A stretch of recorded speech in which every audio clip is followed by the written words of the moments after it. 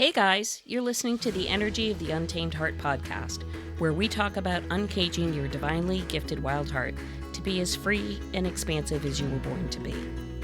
My goal is to use our stories, guest interviews, and your questions to tease out what has been keeping your wild heart under wraps. I'm your host, Mielle Fox, and together we will shatter the myths of our old stories to set our wild heart free. So thanks for choosing you and showing up today.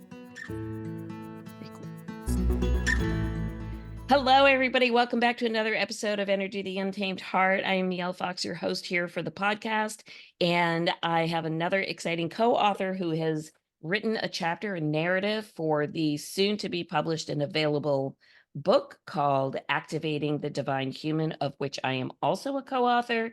And the purpose of the book is to help you have narratives and stories you can tap into that allow you to see how you can embrace your shadow as well as your light. Because let's face it, it's a mirror. You can't have one without the other.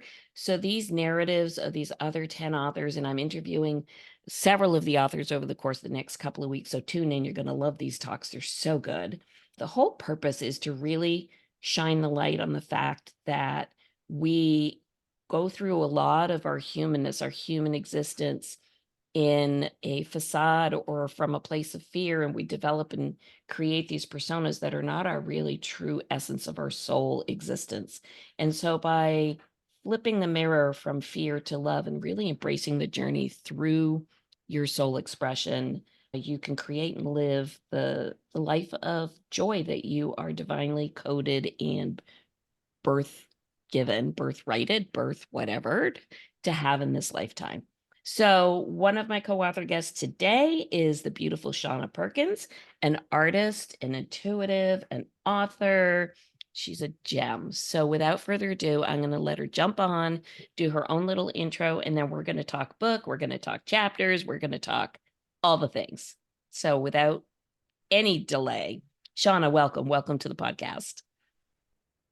Hello, my name is Shonna. Clearly, I am one of the co-creators and honored to be a part of the process. I work in vet med, I do artwork, I do whatever, honestly, I feel like doing and what aligns to me as I practice being myself. And writing my chapter has really highlighted and gave me the opportunity to really see where I just really needed to practice me and love me for that. I love this. And I'm so honored to be you. And Oh, I'm honestly, just so this is my first excited. podcast. Hey, listen, everybody has to start somewhere, and I love it. And I love that you jumped right in. You're like, yes, I can do this. Because my guess would be, had I asked you this question maybe even a year ago, 2 years ago, you might have said, oh, geez, I don't know if I can do that. And so here you are taking the leap, putting your toe in the pond, so to speak, to get outside of all the stories and really tap into who you really are. And I love that your intro started with the things that you do, but not the who you be, because the who you be is just so much bigger than what you do. And I love this. Yes. Yeah. Yes. So It's just a small stepping stone. it is. They're all stones, right? They're all, whenever I think about the journey that I've been on and in writing the chapter for this book, and I, of course, you reread it a bajillion times for editing purposes and to make sure you're really kind of expressing what you want to express, is I really had a visual in my mind, almost like a child crossing a stream, and where you have to, like, there's little stones in the stream and you have to place your feet on the stones, and depending on which stone you step on, your pathway across the stream is going to be different.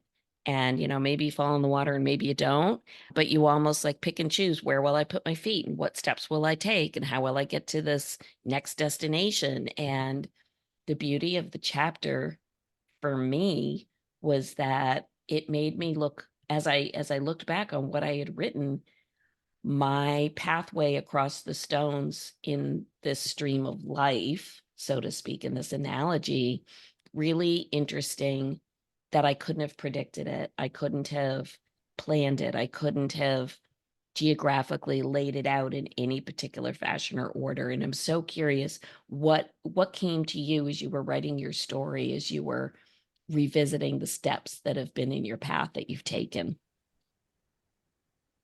honestly speaking, I love the fact to use pathway because that's actually the name of mine, of my chapter. And really, when I first started, I had no idea where I was going to start. I texted a Tuesday. I was like, I have no idea what I'm doing, what I'm going to write about, how I'm going to write about it, what I'm going to do.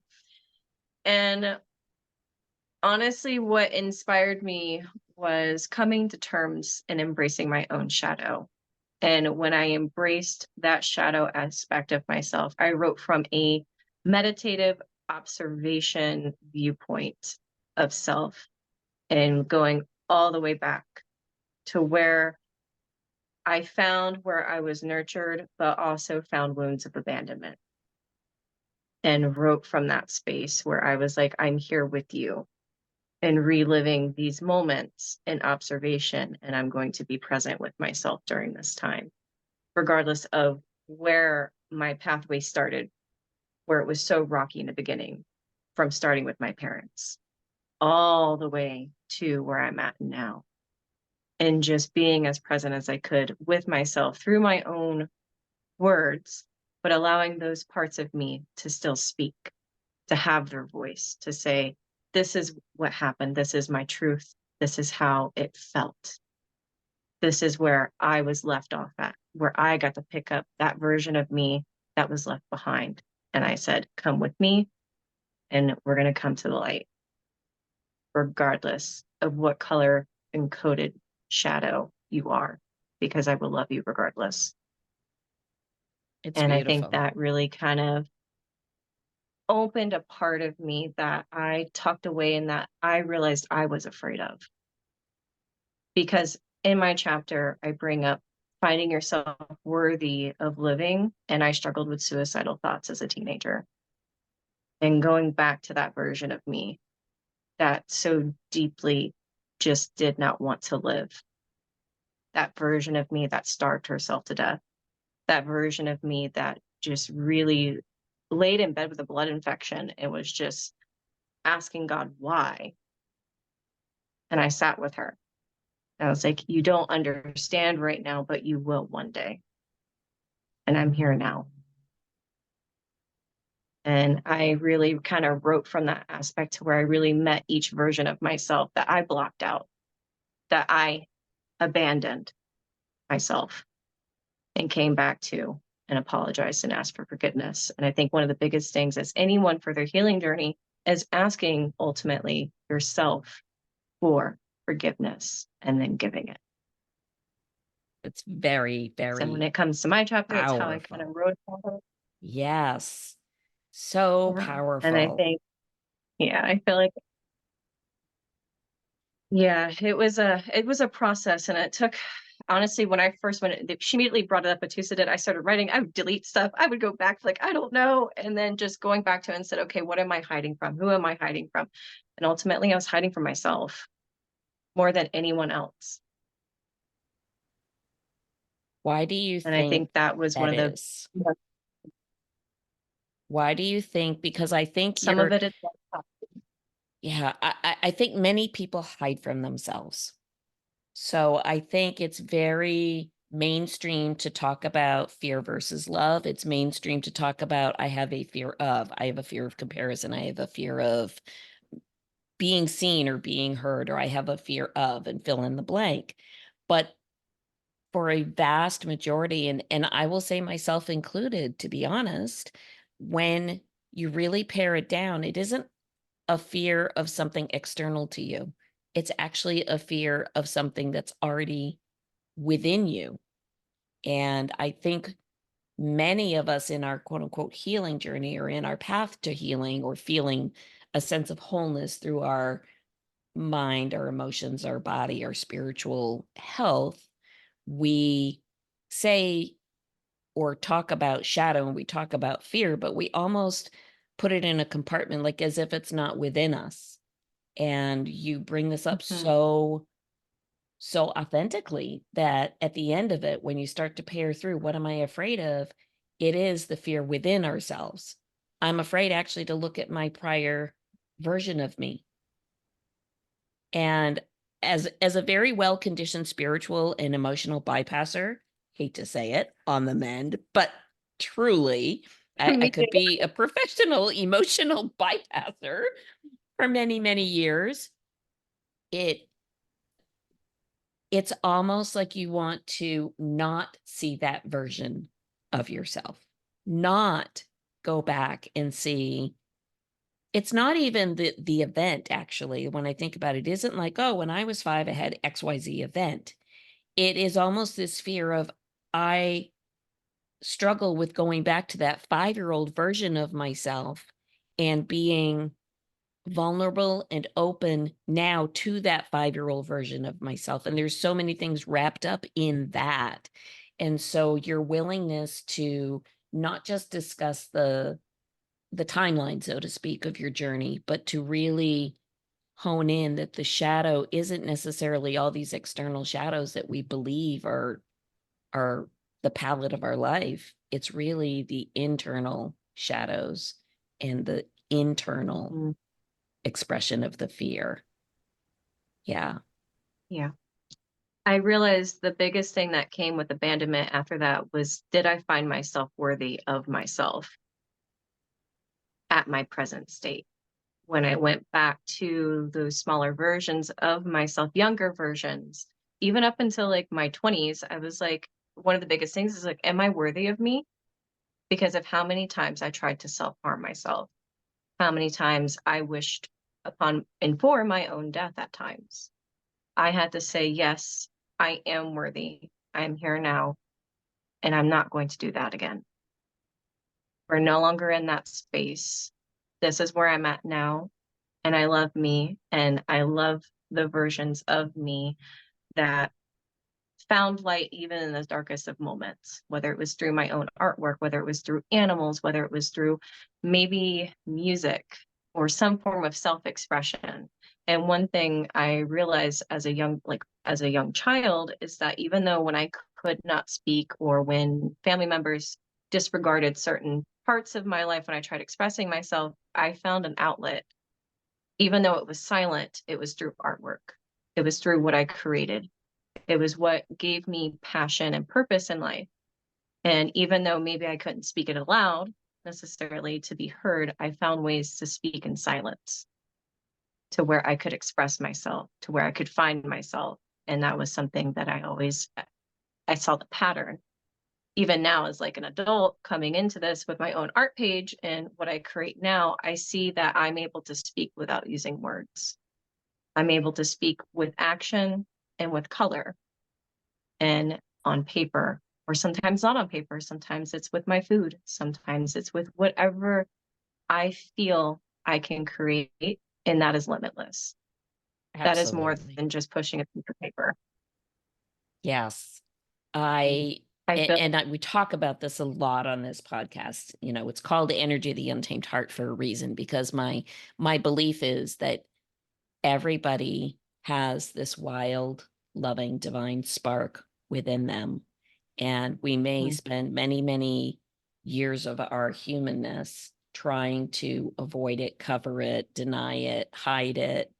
But the reality is that spark is, it is the artist within all of us. It's the creative within all of us. It is the energetic expression of love through whatever the modality may be, whether that's music, it's mhm, art, it's food, it's dance, it's numbers, it's stars, it's whatever it is, whatever that love language is that comes from universe through to you, that you can then bring forward to the rest of humanity, is unique for each individual and as equally powerful within each individual. So to yes. know, to have like that internal awareness that, oh, even though I may feel as if I cannot use my voice verbally, I'm able to use the energetic message through my artwork to convey what I choose to convey. And that's Yeah. so powerful for so many people who feel, I can't be heard, I can't be seen. There is, that old phrase of where there's a will, there's a way. That strength of Yes. your heart and your soul is so strong, it is going to find the way to express. Yes. It will come out. You can see it. Yeah. Even if you can't see it right away, you may not understand. It's there. And I've come to realize and accept that and surrender to that. And that it's funny how many sessions I've been through and just realizing surrendering was another big fear of mine, was surrendering to it, letting go of the expectation regardless of the situation, because the situation did not define me. What did was how I chose to react, which part of me that I choose to be from. Did I choose to be the victim person? Did I choose to be the hero? Did I choose to be the villain? Did I choose to, wherever I was at, I'm like, who do I choose to be? And ultimately I choose to be Shonna. I choose to be Shonna now. And who that is beyond anything that words can describe. And I've come to realize that and accept that. And it's all or nothing and nothing at all. And it goes back to being one with everyone, because I work in a field where I see so many individuals and their animals, and I'm like, I've been there. I know what that's like. Or I empathize with these people whenever they go through these moments. And even with my own artwork and just seeing people's different reactions, and maybe they get a completely different message from my artwork than what I originally felt when I created it, or what my process was. And I'm like, but that's the beauty of perspective. And I think being a co-creator in this and reading everyone's chapters and everyone experiencing each chapters individually, and just hearing that, and how many of us maybe even picked up on things that we as the writer didn't notice initially, or maybe didn't see for ourselves. And that I found to be a very enlightening and humbling experience, because then again, it gave me a different perspective of self and appreciate the journey so much more, and to appreciate and see myself in each of our journeys. I think that's a really key point, because of course, as co-authors in a multi-author book, you have the opportunity to read everybody else's story and chapter and narrative. And what you say is just so spot on, that the commonality of the oneness within each of these narratives, as it's being rendered through the filter of the author, but yet the common denominator through the whole thing is this acceptance of self, non-judgmental, unconditional acceptance of self, regardless of the circumstances, the situations, to really be the observer.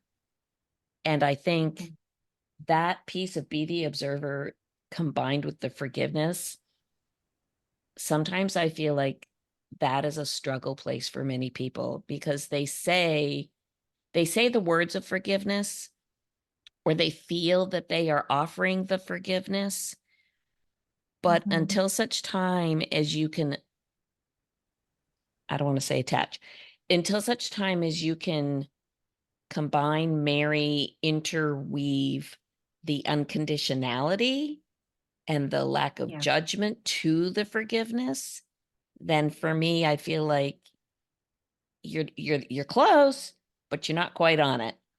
Again, I will absolutely say I struggle 150% with this for quite some time.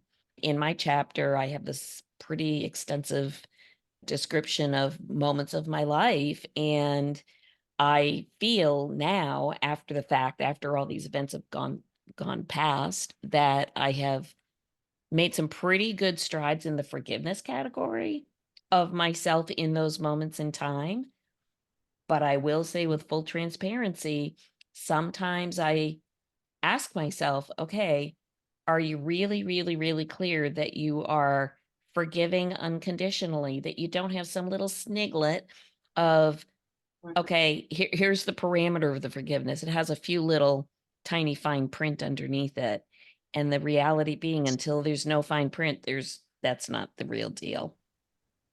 Yes. And I catch myself quite often where I will find myself where I go back into that shadow self. And I'm like, oh, we're here again. I see there's a lesson still that needs to be learned. And I was like, okay, well, here we are. And that's the beautiful part of being human. And sometimes I catch myself, as some say, getting lost in the hustle and bustle of life. We forget that.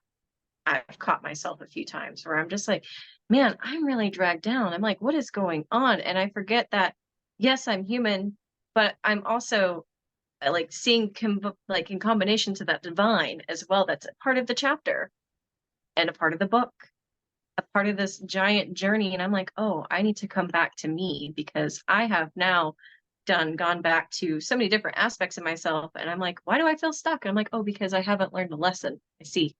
I'm not paying as close and much attention as I think I am. So let me rewind for a second, sit with myself and see which part of me speaking.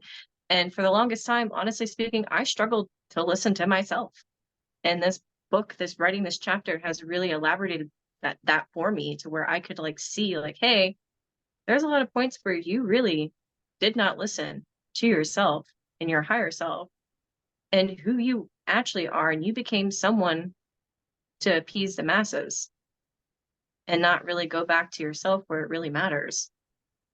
And I was like, wow. I think one of the biggest things after my chapter is that I discovered I was the biggest asshole in my story.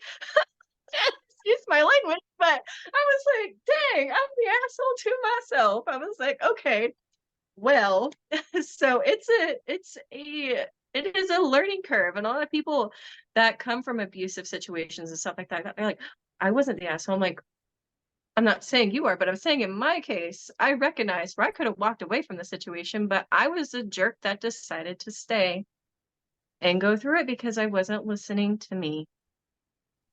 And so one of the greatest things I think of healing is learning how to listen, because many of us say that we listen, but are we? And if you can't listen to yourself, how can you listen to anybody else? How can you empathize with that if you can't even empathize with yourself? And I realized, oh Absolutely. God, I'm the asshole. I was like, let's rewind for a minute and sit with myself for a minute and really have that compassion, unconditional love, that unconditional, like non-judgmental self in that time. And I was like, okay, the fact that I just called myself an asshole. All right, we're acknowledging that. But that's also judgment on my own end because now I'm saying that to which part of me? Who am I calling that? Am I saying that to my smaller child self, or am I saying that to the adult after I turned 18? So then you have to kind of go back and say, all right, I clearly have to go back to that forgiveness and own myself, own where where I was at, own what I chose, own what I couldn't choose as a child, and say, you know what, I love you unconditionally, regardless. And I'm going to be here without judgment. And that in itself is a whole practice that I'm still learning. I think So, all of and it, I say this with kindness. I think all of it is a practice. So again, in these healing circles in the world that everybody can tap into, should you choose it, and wherever, social media, books, whatever the thing is, it's not that the availability of support isn't there. It's there, all right. And there's a bunch of different ways to get to the ultimate quote unquote destination of returning home to yourself. And mhm, we make it far harder than it really needs to be honest. I mean, the answer is actually quite simple, but just not easy. And it's not easy because we make it not easy, quite honestly.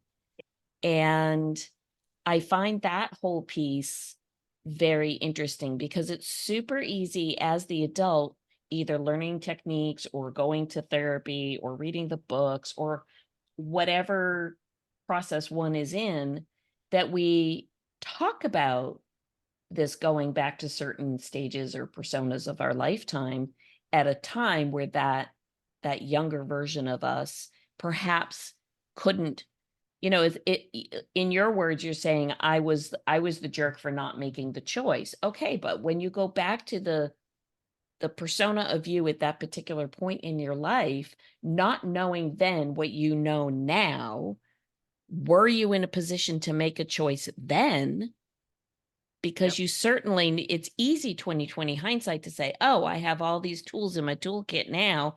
Yeah, if I'd known that when I was 10, 12, 14, 16, whatever the thing is, I would have made another choice. Well, woulda, coulda, shoulda, right?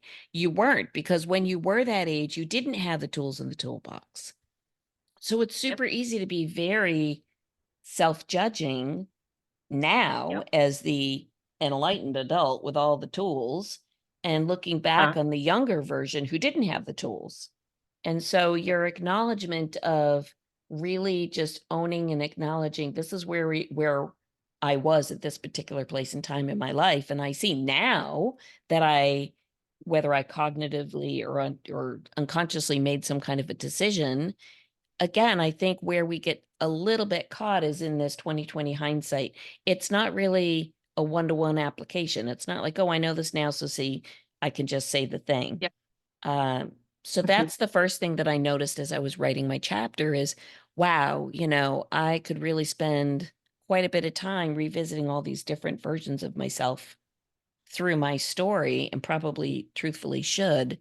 I think we are harder on ourselves than on anybody else.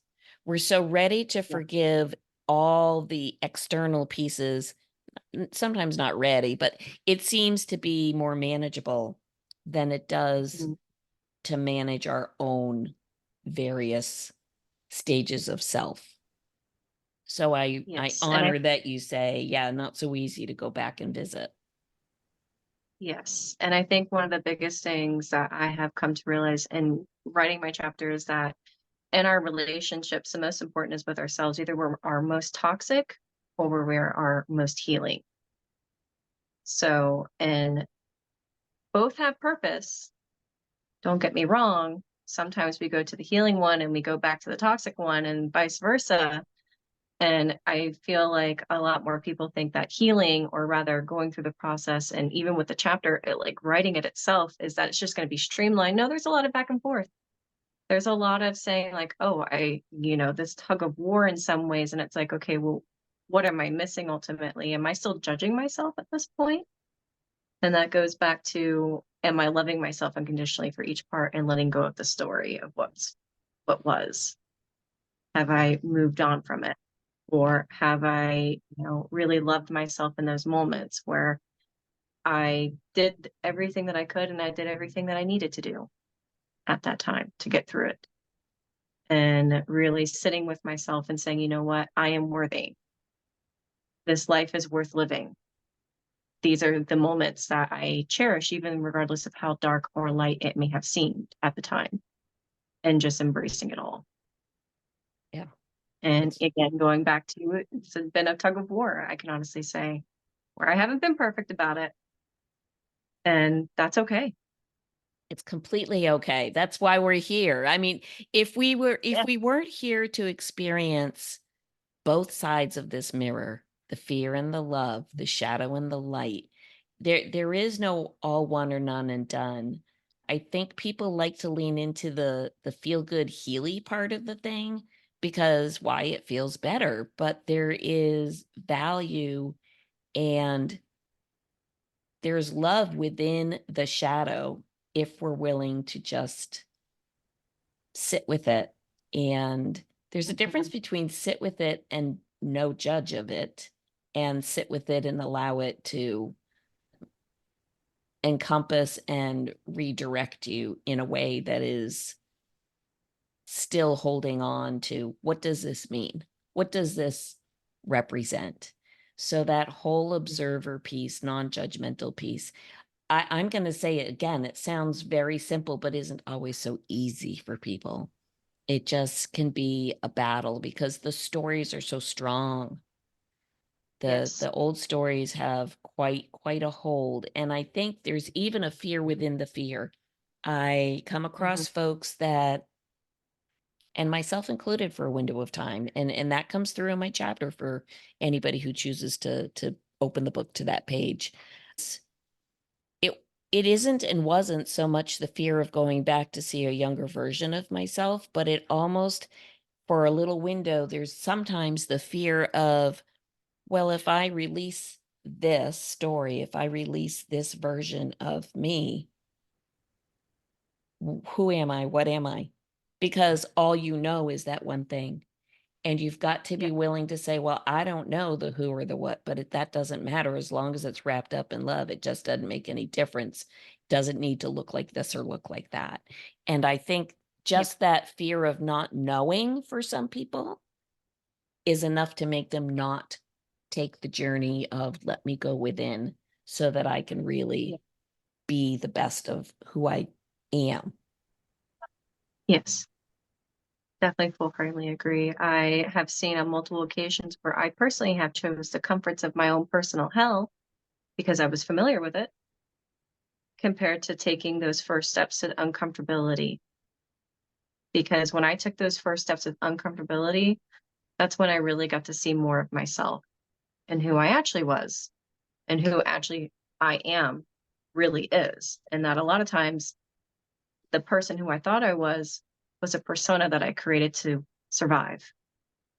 And again, the chosen of my comforts of hell, regardless if it was my past relationship, maybe in forms of employment, maybe it was my own mindset where I was at mentally and how I talked to myself because I was so comfortable within that because it was something I grew used to and what I used to control and dictate by fear.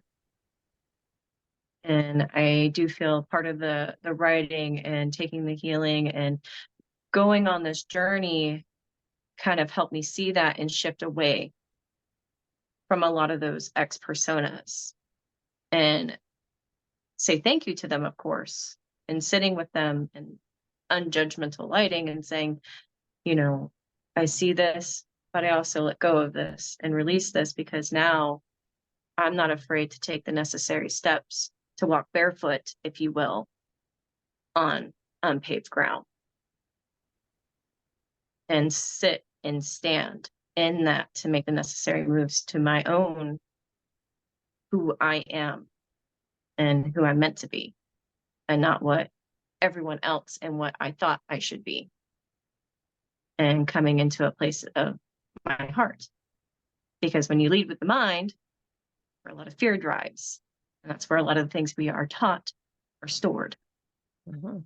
And when I realized I had a lot of the walls around my heart and who I was like, okay, I got to do some digging here. And I have to do a lot of breaking of old toxic habits within myself that I saw the patterns. Yes, I did not necessarily abuse drugs or alcohol, but I abused me. And I abused me by not giving myself me. And I gave so much of myself to so many others because I was so terrified to look inward. Because when I did, there was that person that wanted to hurt themselves. There was that person that wanted to die. And it was all because I abandoned her.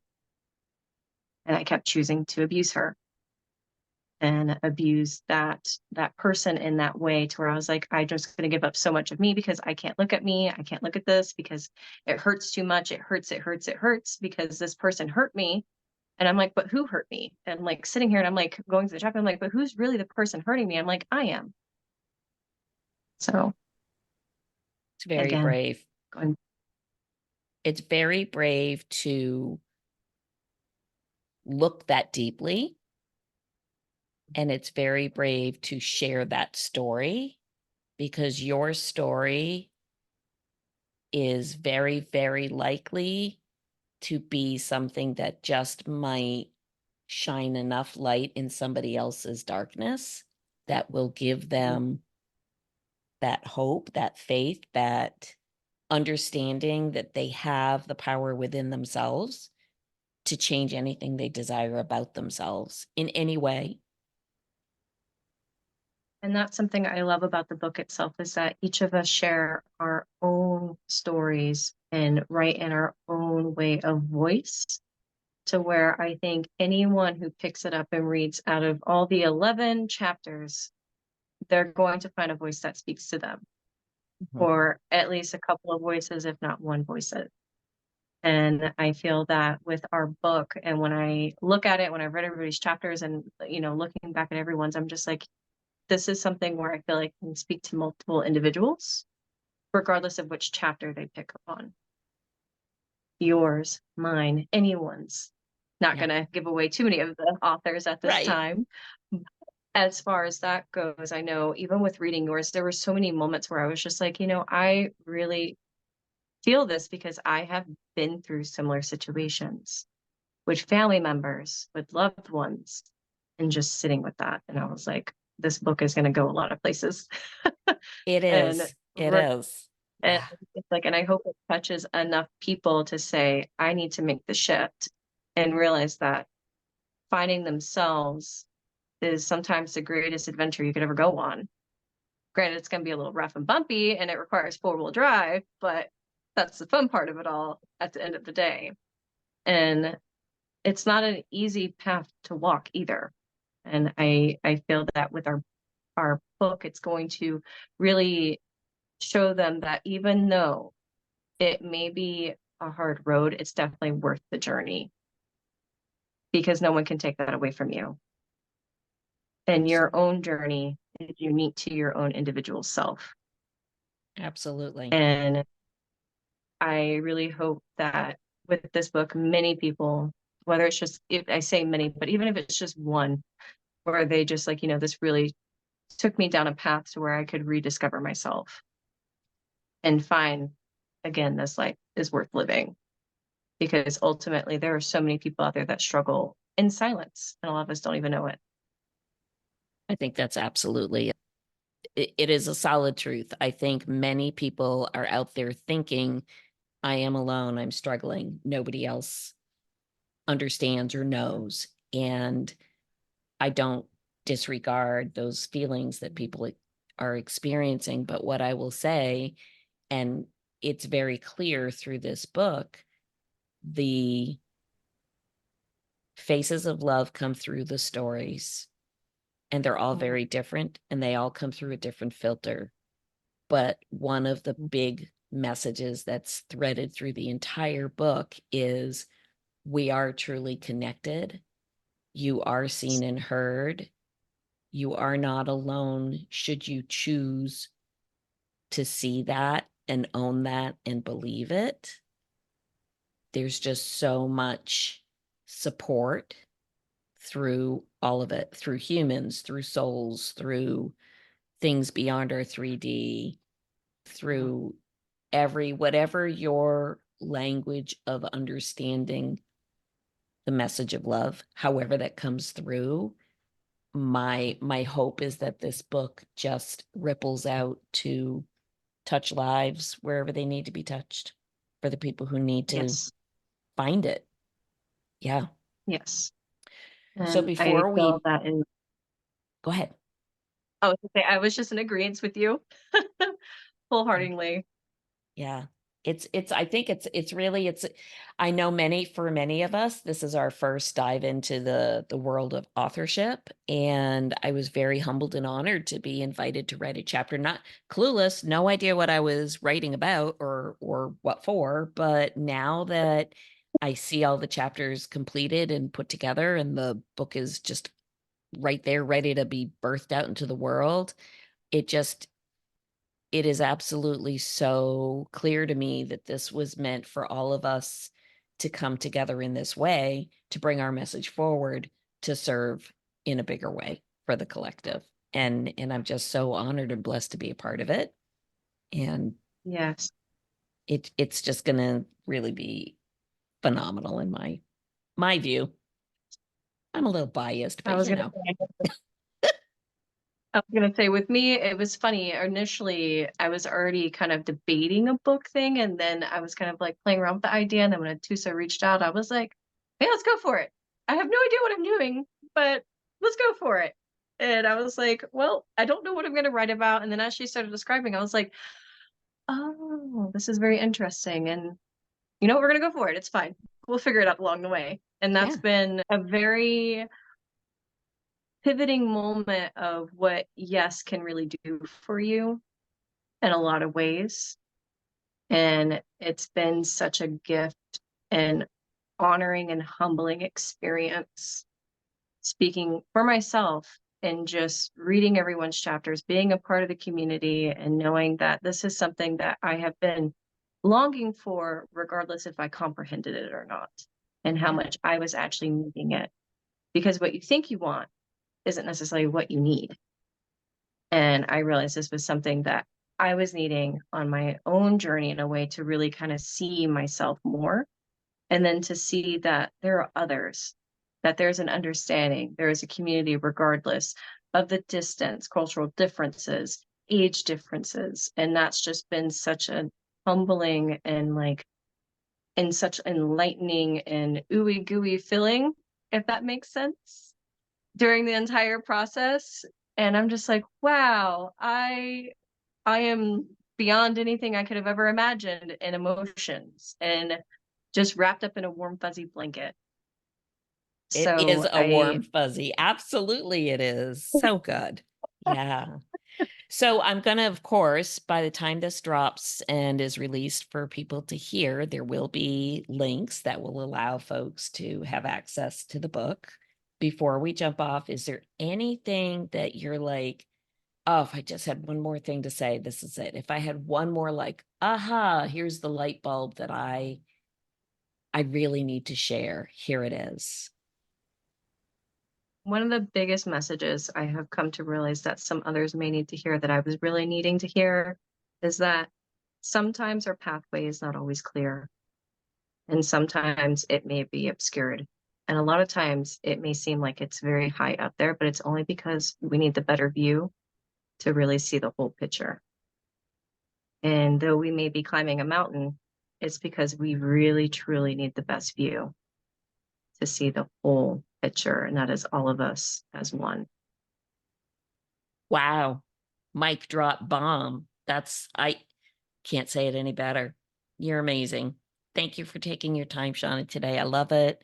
So love it. And for all the listeners, get your hands on this book, man. It's going to change Yes. your life. It's phenomenal. All right, gang, that's it for another wrap up here on Energy, the Untamed Heart. I'll put all the information in the show notes for you. I thank my guest, Shonna, for jumping on today, and stay tuned because there's more coming.